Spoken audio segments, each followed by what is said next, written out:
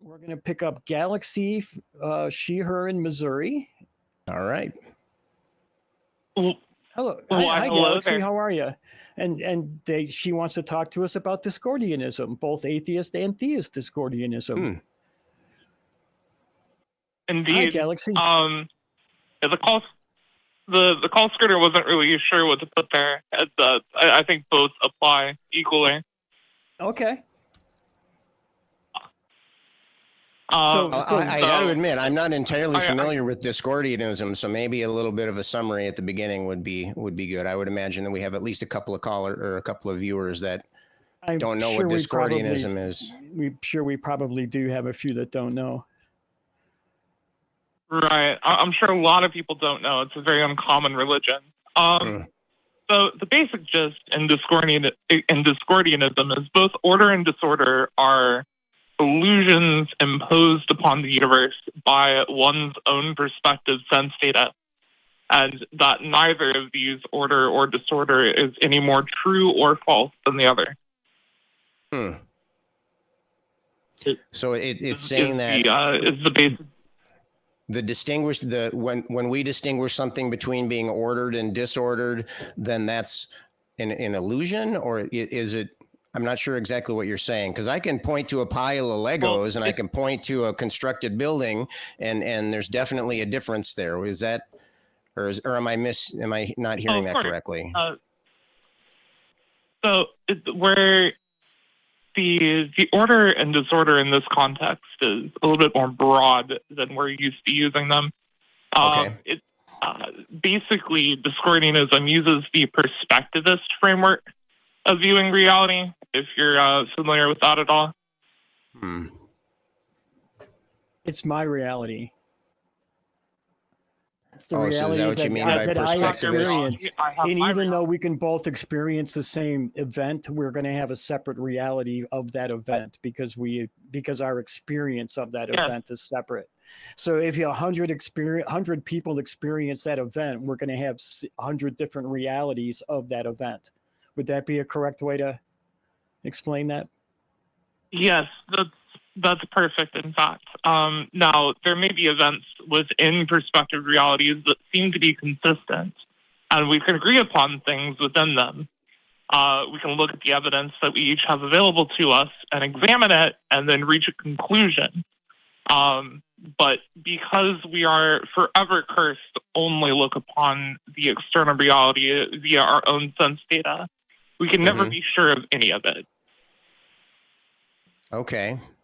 Well, I would agree to a certain extent with that we can't. I mean, that was Descartes, right? You should, to the extent possible, you should doubt everything, right? And he famously said, "I think, therefore I am," as that was the basis from building all of his thoughts. Is that kind of what you're talking about there? It sounds like kind of like a relativistic kind of belief system.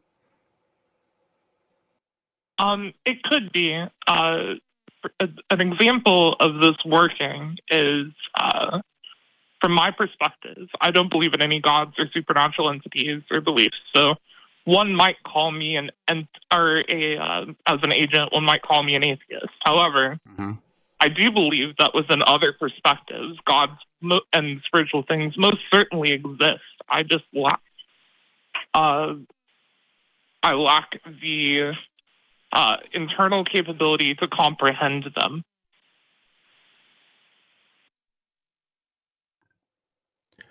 So you said both atheist and theist Discordianism. What would be the difference between those? Is it just as simple as, I mean, what would the role of a god be in a Discordian universe? It's not a god; it's a goddess. A goddess. It's the god. It's the goddess, Greek goddess Eris, who is also called Discord by the Romans, and she's the goddess of chaos. She was one of the three goddesses that followed Eris around. Oh, okay. So, all right. Yeah. So within the theistic Discordian worldview, the goddess Eris was a creator deity of sorts that was birthed from the void along with Harmonia.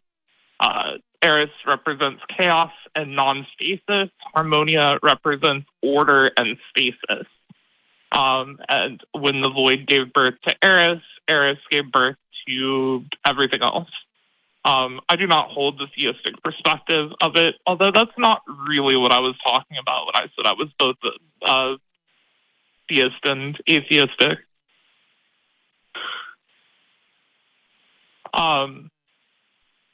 What I was specifically talking about was that I hold that gods do not exist within my perspective reality, but they most certainly do in others. Mm-hmm. And so do you think, I mean, so what is that? Was there something specific about Discordianism you wanted to talk about, or do you want to just kind of justify, do you want to show us your work on your belief there, or what's your thoughts here? What direction do you want to take this? I'm willing to take it any direction, really. I could explore the idea further. I was expecting a little bit of pushback on your part, to be entirely honest. But if it doesn't go that direction, it doesn't go that direction. I've been a Discordian for 40 years. So, but I've never taken it seriously. To me, it was started in 1959, 58 or 59 in a bowling alley in California. It just a little bit of trivia for you. It's the same bowling alley that was in The Big Lebowski. Ooh. It's a little bit of trivia. All right. But when they originally wrote it, they had the idea of just making fun of religion, pretty much like the flying spaghetti monster. It was a religion that was made to ridicule other religions. And I have always thought of it that way. It has come to my attention over the last couple of decades that other people have been taking it a lot more seriously than we did in the past. And I think Galaxy is one of those people. Now, there is some really good philosophy out of it. Like she's right. I mean, there really is. Like being able to recognize that everybody has a different perspective of the same event, and being able to understand that. And maybe that might be a reason why we're not communicating well about the same event, because we saw it from a different point of view. And I think that's important to realize. But I don't know that you can't find that anywhere else. That just seems to me like a bit of human nature that we can discover just from watching humans. So what separates it? Sorry, go ahead, Galaxy. I would agree that it's, you're fine. I would agree that it's just part of reality that humans seem to behave this way and they interact with the world this way. But that's perfectly fitting within the Discordian framework. I understand, Kelly, that you see Discordianism as a joke, and while there are certainly joking aspects of it, the philosophy at play within the Discordian framework and the view of reality is what I believe in. I'm not going off of what I believe. I actually did correspond with Kerry Thornley while he was still alive. He was one of the two authors, and he told me that it was meant to be a joke. So I'm just going by what one of the authors actually told me. So I understand that's his perspective, and as I was saying, the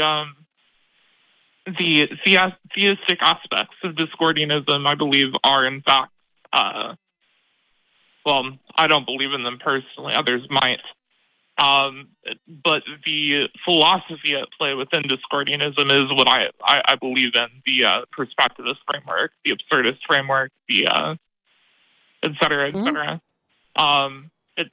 I also hold the view that, as I've stated previously, that even though I lack the necessary sense data capable to interact with gods, I believe that other people most certainly do have that. It just so happens to be a square circle within my perspective. So Scott? I'm just curious as to, so what is it that escalates this? Is it just the involvement of this goddess Eris that makes it an ism, that makes it Discordianism, rather than just people recognizing that other people have different perspectives or are limited to their subjective world? Is that I Well, don't want to sell your beliefs short, so I want to make sure that I understand what it is. I mean, what is it that makes it Discordianism rather than just understanding the limits of human thought and perception?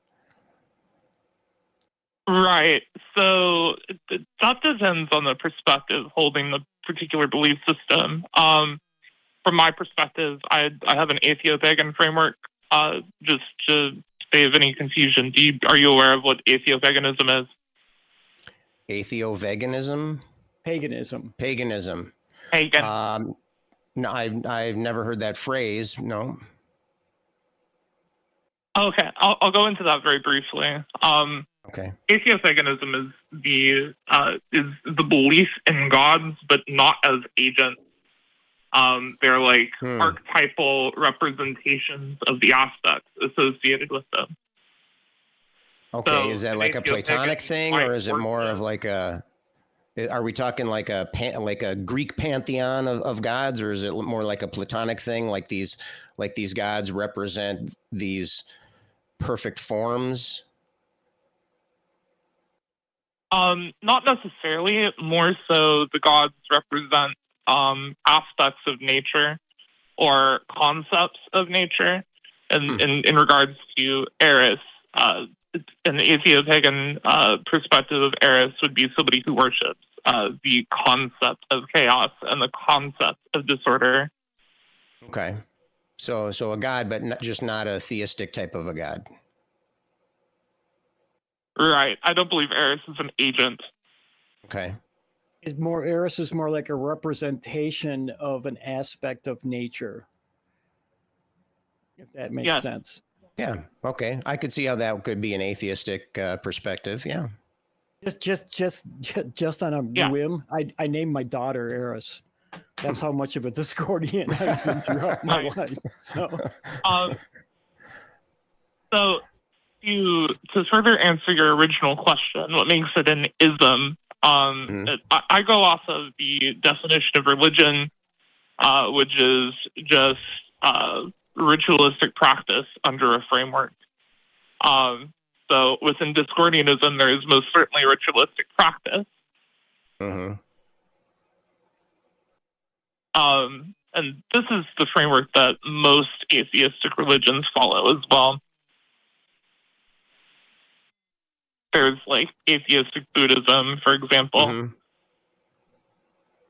that sounds interesting. And I mean, I think that's something that many atheists would have no problem with. I mean, that's not necessarily the kind of religion that might not fit into what everybody calls religion. But if we expand that definition of religion a little bit to include, I mean, there's certainly, are there supernatural claims involved there, or is it more just a system of rituals and rites and thought yeah, modeling? I'm kind of interested in that too. Where you're coming from there. Within my perspective reality, no, I don't believe the gods or any supernatural things exist. However, within other perspective realities, I most certainly believe that they do, including gods as agents. I just lack the capability to comprehend them. One might, for example, for clarity's sake, one might be born with a tool belt, and on that tool belt, you might have a hammer, and I might have a drill. Using that hammer, you can hammer in nails, and using my drill, I can drill holes. But no matter how hard you try, you can't drill a hole with a hammer. You would just lack the capability to be able to comprehend the drilling of holes because you have no concept of it. So it's I'm more not like, sure if that's a good analogy, honestly, because you can't drill a hole with a hammer and a nail. I normally use a saw, but you get what I mean, I'm sure. Yeah, that's what I'm saying. It's just not. I get what you're. I do understand it. I'm just saying you might want to use a different analogy in the future. That's all. Yeah, that's fair. I normally have visual aids to go along with this. I have a couple of diagrams that I normally link to people, but obviously I can't share that over a call. Right. Yeah. It's a problem over the internet, over the phone. One of the now I am familiar with a lot of I am really familiar with Discordianism, and I was wondering if maybe you can give me like your interpretation of one particular aspect of it. One of the very few rituals that I know of that is in Discordianism is the turkey curse. So what is your take on the turkey curse? Oh man, I don't think I've gotten to that section of the Principia Discordia yet. I am still reading through it, although I find the philosophy to be most useful. The Discordian framework of the philosophy is, I don't want to say it's window dressing because it's more than that, but I find it aesthetically pleasing, so I adopt it. I adopt the pragmatic theory of truth, so it's useful to me. Therefore, I adopt it. All right. How do you judge that usefulness? What do you mean when you say it's useful to you? How do you evaluate that? In numerous ways. One might consider this a bit of a cop-out, but one of the ways in which I enact pragmatism is typically things that are evidentiary tend to be pragmatic for me to believe. Therefore, I pragmatically hold that things I have evidence for are true. But beyond that, could you repeat that? Could you repeat what you just said? You said things are pragmatic because they're useful, but then they're useful because say that again. It sounded like you were kind of making a circular statement there. Maybe I was mishearing you. Yeah, I can repeat myself. I hold to the pragmatic theory of truth. It just so happens that I happen to value things that are evidentiary. Therefore, I prefer to hold beliefs that I have evidence for. Therefore, they are more useful because I have evidence for them, making them pragmatic. Does that make sense? It does. It still sounds awfully circular to me, though. Like it's important to you because it seems to be effective, and then it seems to be effective because that's what you're deciding is important. Mm-hmm. Right, but not all circular things are inherently bad. I didn't say anything about good or bad. I was just curious as to I wanted to, see your reasoning behind this. It is a bit. I think what Scott's asking for is what are the measurements you're using to figure out if something is useful, and how does the Discordianism measure up to those units? Oh, that's very easy. How I measure things to be useful typically is if I have evidence for the belief. In the case when something is unfalsifiable, such as, for example, the existence of an external reality, I hold the belief because it is useful for me to hold the belief. It serves some form of purpose in my existence or walking through the world or something of that sort.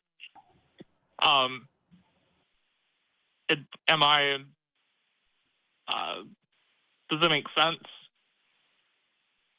Well, would this measurement that you're using, is there any kind of belief system that would be excluded? I mean, it sounds like it's just, this is what I feel, and so I'm going to go with it. I mean, that's what it sounds like to me. And again, I apologize if I'm mischaracterizing what you're saying, but it seems like you're just saying this. It seems like you're basing it on your sense of confidence. Is that what's happening? Well, no, not necessarily. Somebody who follows the pragmatic theory of truth might be using that particular reasoning. In my case specifically, it just so happens that I find things that are evidentiary to be more pragmatic than things that aren't. But that's individualistic on my part. So typically when I go through life, I prefer to have evidence for things that I believe in or adopt. But specifically in the case wherein there is no evidence one way or the other. I will adopt a belief based on whichever is more useful. I mean, is that in itself a useful skill? I mean, is any part of your goal at all here to figure out the truth of reality, or are you've just thrown out that whole idea of truth altogether, and it's just a question of, but again, it just seems to me like you're just, well, I'm just going to go with what I want, kind of a thing. Can you give me an example of a time when your beliefs led you to a conclusion that you didn't like?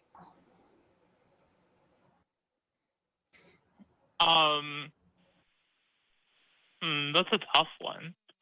I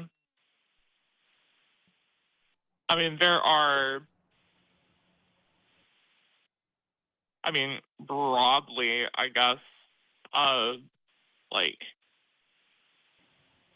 but I don't know how I'd really explain that in the context of this call. So, yes. Well, maybe that would be something for a return call then. Yes, I'll give you something to chew on in the meanwhile. And we do have a lot of callers, Galaxy. As much as I would love to continue the conversation, I'm going to have to let you go so we can get to some of the. We've got a lot of callers tonight, which is awesome. But I would love to continue this conversation with you, and I'm sure we will on the Discords, the fan-run Discord server, where Galaxy is one of the volunteer facilitators. So, yeah. And thanks for sharing, Galaxy. I appreciate it. I learned something new tonight.